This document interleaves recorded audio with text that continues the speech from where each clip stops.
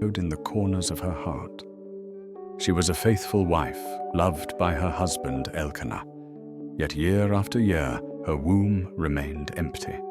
In a culture where motherhood was not just a blessing, but a mark of honor and purpose. Hannah's barrenness was more than personal pain. It was public shame, but hidden beneath her quiet suffering was a fierce faith that would one day shake the heavens.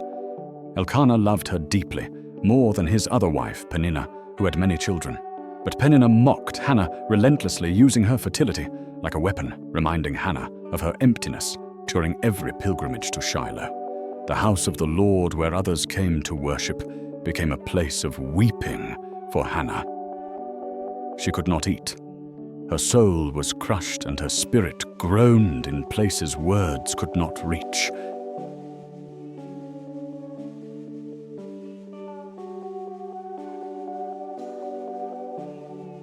Usual journey to Shiloh, Hannah had reached her breaking point. After the meal, when others went their way, she stayed behind and went up to the temple alone.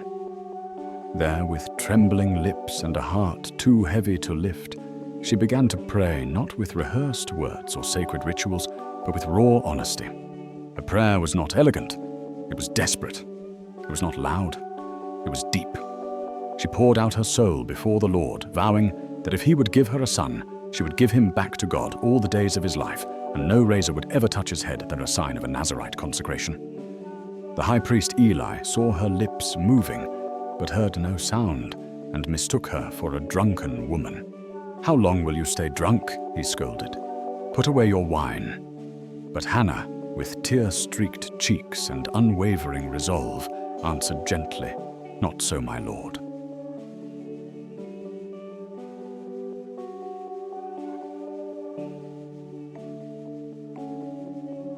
That confession, so pure, so stripped of pride, touched something in Eli. He saw her devotion, and perhaps sensing the weight of heaven resting on her words, he blessed her. "Go in peace, and may the God of Israel grant you what you have asked of him." Something shifted. Her countenance changed. The burden didn't disappear, but hope had returned. Hannah went home, no longer in anguish, but with a quiet expectation burning in her chest. And in the course of time, the Lord remembered her. She conceived. The womb, once closed by mystery, was opened by mercy.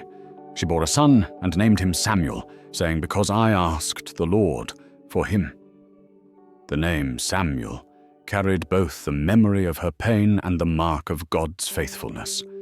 Every time she held him, she remembered the tears, the vow, and the God who hears. She did not forget her promise.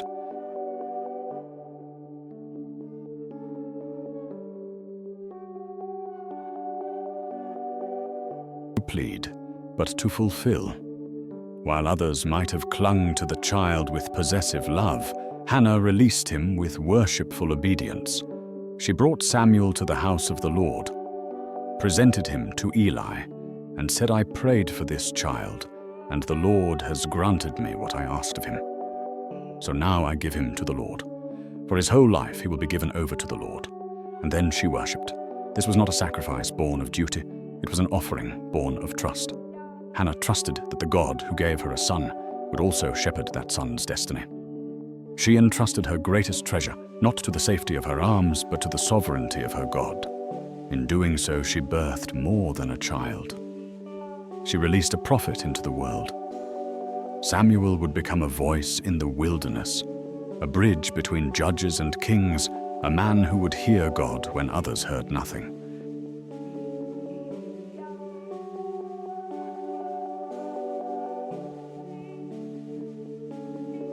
To nations. From the silent tears of a faithful heart, heaven wrote a story still echoing through generations. Hannah's pain became her prayer became a promise, and her promise became a legacy. Years passed, and young Samuel grew up in the house of the Lord under the guidance of Eli the priest. The temple in Shiloh was quiet, routine, sacred, but the voice of God had grown silent in Israel. Visions were rare, prophetic words had all but vanished. The nation was adrift in spiritual darkness, and even the priesthood had become compromised. Eli's sons, Hophni and Phinehas, were corrupt men, treating the sacrifices of the Lord with contempt and using their position for personal gain. Yet amid this moral decay, the lamp of God had not gone out, and neither had the vow of a mother.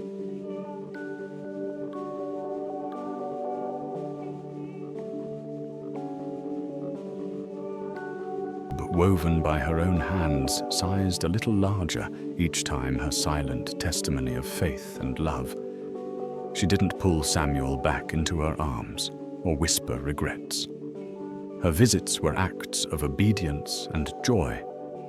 She had surrendered her son completely, and in return, God gave her peace and more. The Lord blessed her with 3 more sons and 2 daughters. Her barren arms were now full, but her deepest fulfillment still lived in the temple ministering before the Lord. Samuel's presence in Shiloh was like a hidden seed germinating in holy ground. As a boy, he performed small duties, opening temple doors, assisting with rituals, observing the rhythms of worship. But God was watching, preparing him for more. Then one night, the silence of heaven broke. It was a night like any other. The oil lamps flickered. Eli lay in his usual place, his eyes growing dim with age.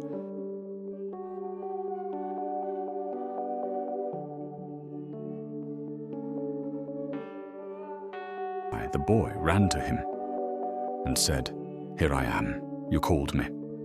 But Eli replied, "I did not call. Go back and lie down." This happened again and again. Each time, Samuel responded with readiness, with innocence, with obedience. Finally, after the 3rd time, Eli's heart stirred with remembrance. Could it be? Could the God who had once spoken to men long dead and now be calling this child? He told Samuel, "Go and lie down, and if he calls you again, say, 'Speak, Lord, for your servant is listening.'" The boy returned to his place, and soon the voice came again, "Samuel, Samuel." And this time history shifted. "Speak, Lord," he said, "for your servant is listening." God spoke. He revealed to Samuel a message of judgment, not revival, but reckoning. The house of Eli, the priesthood that had defiled his name, would be held accountable. This was no gentle calling. It was a weighty entrusting.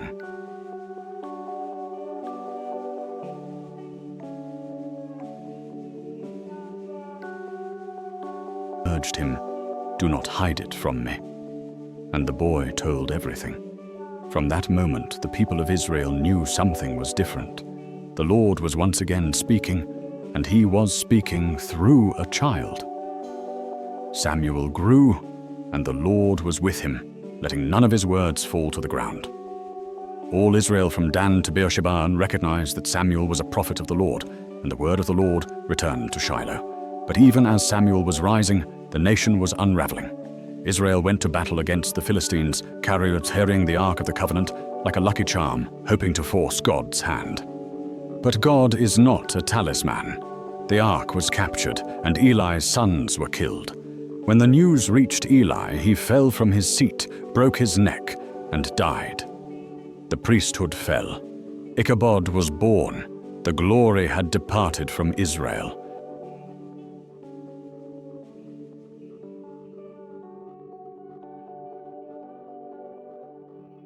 To put away their foreign gods and serve the Lord with all their hearts. And they did. Samuel led them in a national return, offering sacrifices, crying out to the Lord, and rallying a broken people back to their true king. When the Philistines attacked again, the Lord thundered from heaven, throwing their enemies into confusion. Israel struck them down, not with the strength of armies, but with the power of obedience. Samuel took a stone and set it up between Mizpah and Shen. He named it Ebenezer, saying, "Thus far the Lord has helped us." That stone became a monument, not to human victory, but divine faithfulness.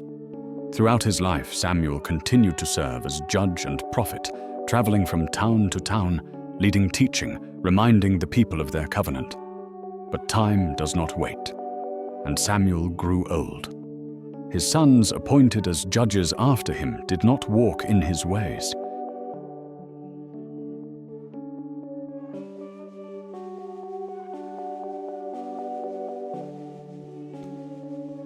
The request pierced Samuel's heart. It felt like rejection, not just of his leadership, but of God himself. He took it to the Lord in prayer, and God's reply was sobering. "It is not you they have rejected, but me as their king." Still, God instructed Samuel to warn them of what having a king would mean: taxes, conscription, servitude. The people refused to listen. They wanted a human leader, someone visible, tangible, someone to fight their battles. Samuel obeyed. He anointed Saul, a tall and impressive man, as Israel's first king. But even as Saul rose, the shadows of compromise began to fall, and Samuel the boy once called in the night would soon find himself grieving over a kingdom not built on obedience, but on appearance.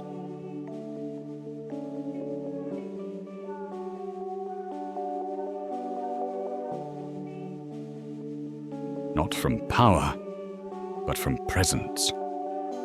His heart was heavy not for himself, but for the God who had been rejected by his own people.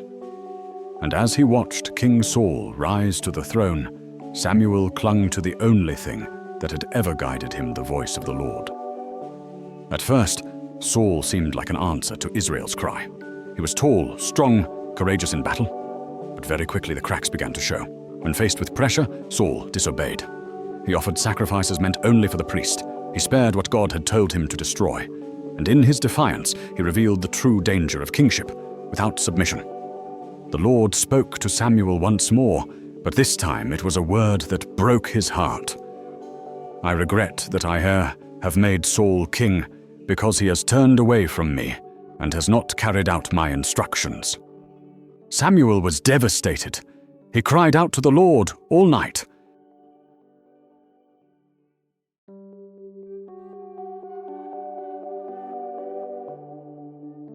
Control, his heart still bore the weight of leadership. When Samuel confronted Saul, he delivered one of the most piercing truths ever recorded. To obey is better than sacrifice, and to heed is better than the fat of rams.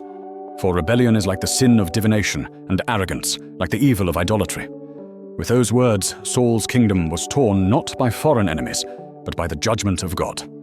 Yet even then, Samuel did not turn bitter. He did not abandon his calling. Though the crown was cracked, the covenant remained. And so in a quiet moment of divine intervention, God said to him, "Fill your horn with oil and be on your way. I am sending you to Jesse of Bethlehem. I have chosen one of his sons to be king." Samuel trembled. If Saul found out, it could mean death. But obedience had always been his anchor.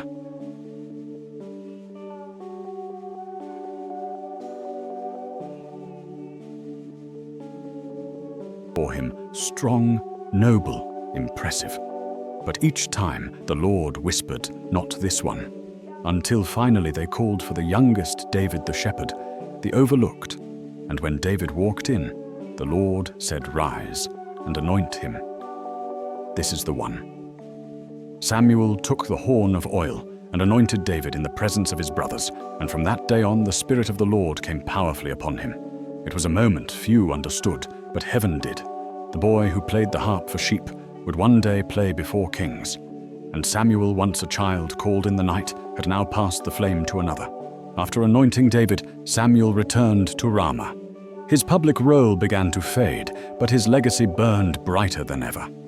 He had anointed the first 2 kings of Israel, spoken the word of the Lord when no one else could hear it, and guided a nation through its most fragile transitions.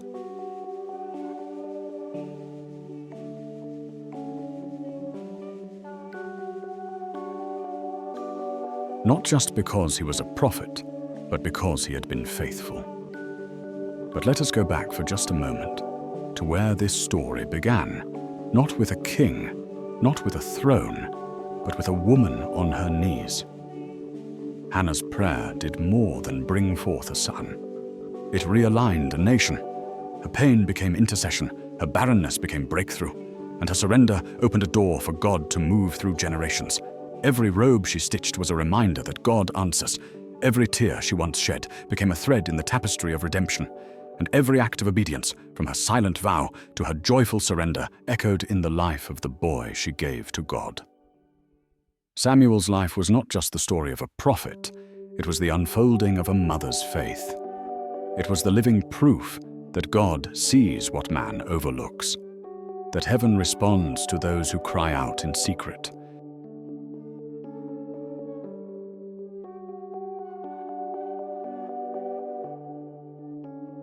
A woman who wanted a child, but a woman who understood covenant. She didn't just ask for a blessing, she offered her blessing back. She partnered with the purposes of heaven, and in doing so, became the womb through which destiny entered the world. And Samuel, her son, lived as a testimony of what happens when a life is fully given to God. He heard the voice others missed. He carried the weight others ran from. He anointed kings, rebuked rulers, led a nation, and above all, remained faithful to the God who called him. This story calls to us today. To the one who feels unseen, God sees you. To the one whose prayers feel unanswered, he hears. To the one who's waiting in barrenness, he remembers. And to the one who's tempted to give up, keep kneeling. Because the God who remembered Hannah is still the same today.